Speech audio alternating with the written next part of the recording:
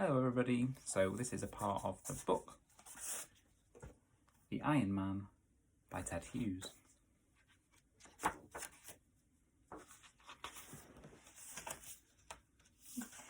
Chapter 1, The Coming of the Iron Man. The Iron Man came to the top of the cliff.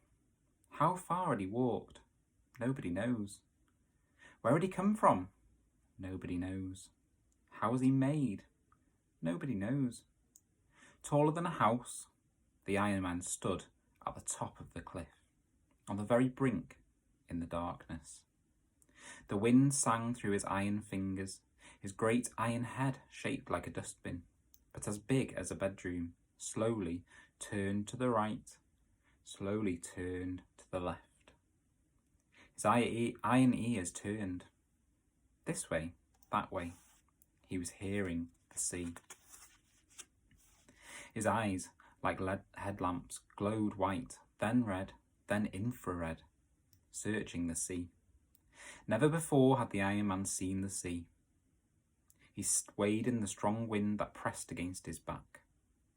He swayed forward on the brink of the high cliff, and his right foot, his enormous iron right foot, lifted up out into space. And the Iron Man stepped forward, off the cliffs, into nothingness. Crash! Down the cliff, the Iron Man came toppling, head over heels. Crash! Crash! Crash! From rocks to rock, snag to snag, tumbling slowly, and as he crashed and crashed and crashed, his iron legs fell off.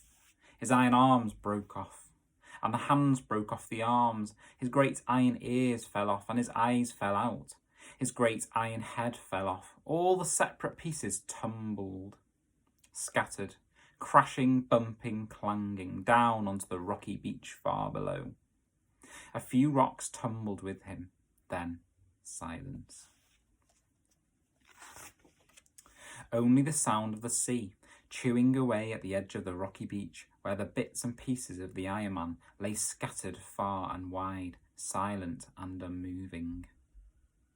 Only one of the iron hands, lying beside an old sand-logged, washed-up seaman's boot, waved its fingers for a moment, like a crab on his back. Then it lay still, while the stars went on wheeling through the sky, and the wind went on tugging at the grass on the cliff top, and the sea went on boiling and booming. Nobody knew the Iron Man had fallen. Night passed. Just before dawn, as the darkness grew blue and the shapes of the rocks separated from each other, two seagulls flew crying over the rocks. They landed on a patch of sand. They had two chicks in a nest on the cliff.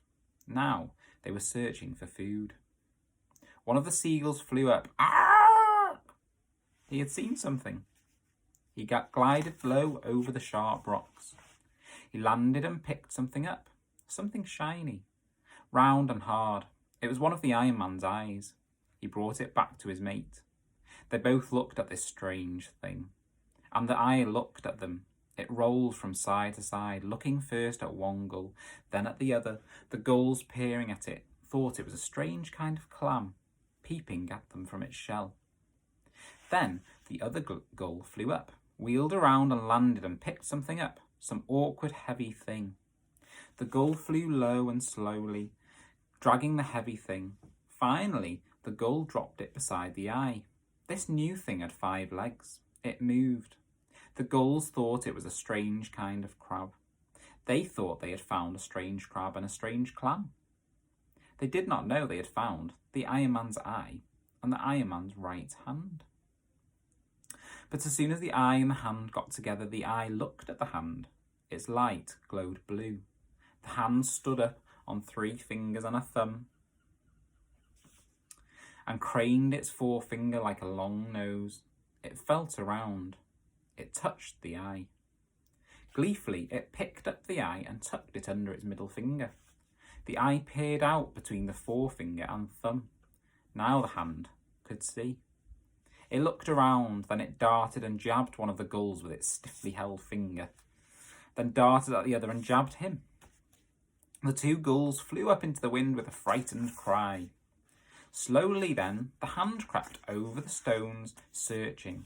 It ran forward suddenly, grabbed something and tugged, but the thing was stuck between two rocks. The thing, well, what do you think it was? The thing was one of the Iron Man's arms. At last the hand left the arm and went scuttling hither and thither among the rocks till it stopped and touched something gently.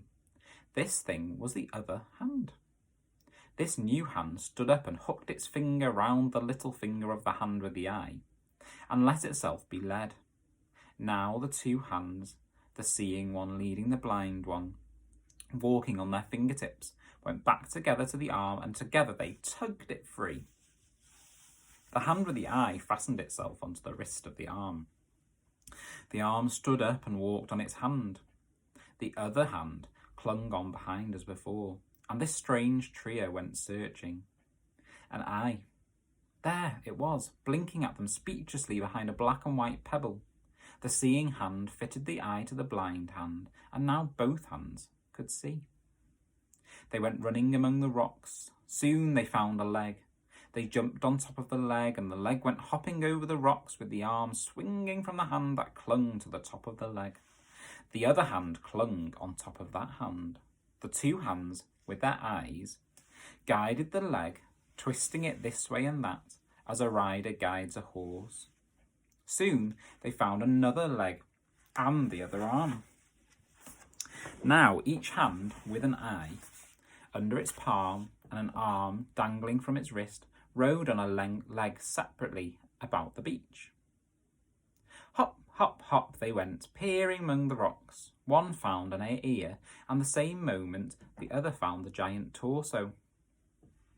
Then the busy hands fitted the legs to the rock torso. Then they fitted the arms, each fitting the other, and the torso stood up with legs and arms but no head. It walked about the beach, holding its eyes up in its hands, searching for its lost head. At last there was the head, eyeless, earless, nested in a heap of red seaweed. Now, in no time, the Iron Man had fitted his head back and his eyes were in place, and everything in place except for one ear. He strode about the beach searching for his lost ear, as the sun rose over the sea and the day came. The two gulls sat on their ledge, high on the cliff. They watched the immense man striding to and fro over the rocks below. Between them, on the nesting ledge, lay a great iron ear. The gulls could not eat it. The baby gulls could not eat it. There it lay on the high ledge. Far below, the Iron Man searched. At last he stopped and looked at the sea. Was he thinking the sea had stolen his ear? Perhaps he was thinking the sea had come up while he lay scattered and had gone down again with his ear. He walked towards the sea. He walked into the breakers, and there he stood for a while, the breakers bursting around his knees. Then he walked in, deeper and deeper. There he is. The gulls took off and glided down low over the great iron head that was now moving slowly out through the swell. The eyes blazed red, level with the wave tops, till a big wave covered them and foam spouted over the top of the head. The head still moved out under the water. The eyes and the top of the head appeared for a moment in a hollow of the swell. Now the eyes were green. Then the sea covered them and the head. The gulls circled low over the line of bubbles that went on moving slowly out into the deep sea. And that's chapter 1. The next chapter is The Return of the Iron Man.